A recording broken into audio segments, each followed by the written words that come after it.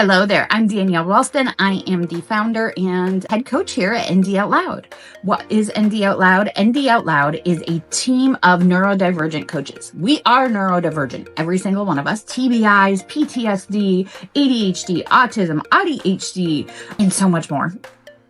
Bipolar disorder, all of the things. We also have a passion for supporting others like us, so you don't have to struggle like we did in our past. We have all taken trainings and certifications and all of that so that we can support you in living a better life and upgrading all of the things that are frustrating about your life. What is this session going to give you? This session is going to give you actionable tips. So yes, we're going to talk about our programs and all of the things that we offer, but I want you to walk away with something actionable for something that is overwhelming, frustrating, or just plain annoying you right now in your life. Or if you're a parent or a spouse of someone with neurodivergence, to help them as well. I want you to walk away with something today. So please sign up today for a free call. We can learn more about each other.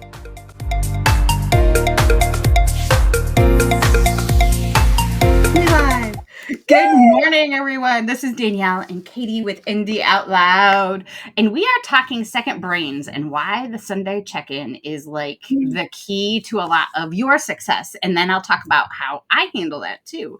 So Katie, tell us more about your Sunday check-ins. Yeah. So I call them my Sunday meetings.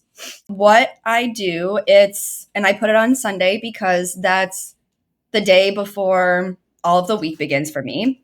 And so I just, I have like a visual. I think I showed you guys last week, but I have a visual and it just takes me through these different questions so that I can reflect on my week, realize what went well, what strategies I was using, like if I was using body doubling or not, if I socialized or not a lot that week. So it just kind of gets me to reflect on my past week and get in the gear for the next week. So I do something similar, but I do it on Monday mornings because my brain knows that Monday is the start of my week and I can do stuff. But I write everything down and I'm multiple Post-it notes and things to just track what I have accomplished. That on the following Monday, I then go through everything and what went well. And I actually make myself write out what went well for the previous week. So I'm celebrating and acknowledging all my wins because that's a big thing for me is I tend to be like, oh, there's 9,000 things to do and I only got 5,000 things done. Or I got 4 things done this week and there was 9,000 things to do and I just didn't complete anything and I suck. And man, I'm just never going to get better at this. You get stuck in that rejection sensitivity and that shame loop unless you're actually taking a look at what you have accomplished. So that's a big piece of it for me.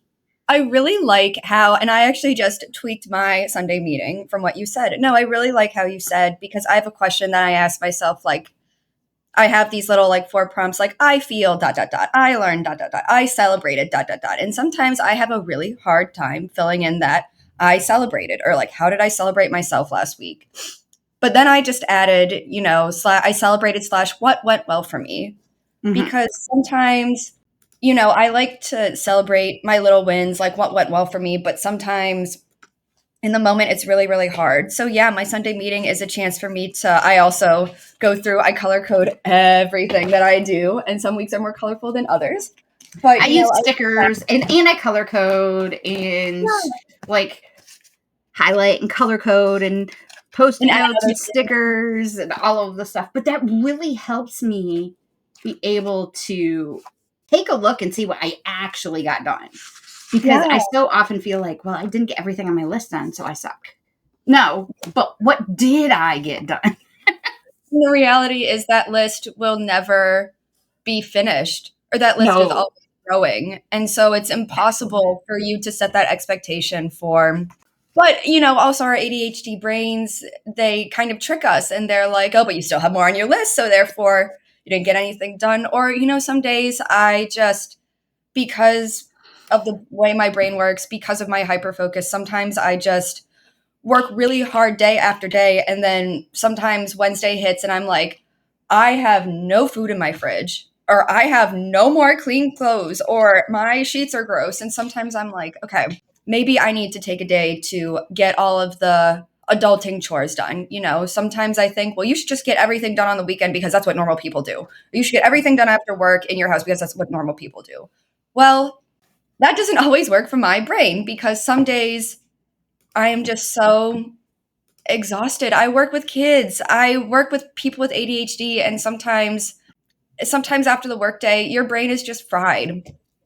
And I give myself grace for that because some days after the work week, I'm still ready to go and I can work for 4 more hours, but other days I'm not. And that's okay. That's completely okay.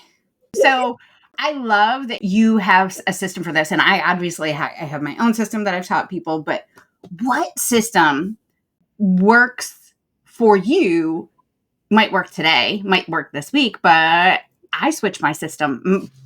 No, I have the framework. I always do the same framework, but I switch the things that I use. Sometimes it's handwriting and stickers. Sometimes it's completely digital. Sometimes I use an actual plan. No, I can't. There's too many piles on my desk. Sometimes I use an actual planner. I can't get to this one. And it's already all planned out for me and everything's written down. So I've just got to fill in the blanks. Other times I want to create it myself with stickers and stuff like that. But it's knowing that it doesn't have to be any one way. Yeah. No, I mean, like, same here. Like, my main calendars that I love to live off, I have my physical one and then I have my Google Calendar. But then also, like, I also sometimes need just like sticky notes I love these extra long sticky notes because then I love it because then I found myself using multiple sticky notes and I'm like, but I love the long ones because then it's like a little perfect list and I have them in all different rainbows of colors and all different sizes because some days I have all kinds of stuff. But I also have lots of things like this, which is just note cards. And then I have double-sided sticky tape. And I will sometimes just add things in and add scrap paper in, paper with stickers on it and paper with patterns on it and paper and I'll tear the edges and color the edges. Like, it doesn't have to be this boring, use a planner, it will solve anything. It could be whatever you need it to be. No, I've even seen as much success as possible for yourself. I've even seen, like, I had this tutor growing up who was wonderful, wonderful. I think about her all the time. But what Joni would have me do is she was an artist. She was an art teacher. But so she would get these like big sketch pads and that's how we would kind of make our plans and review.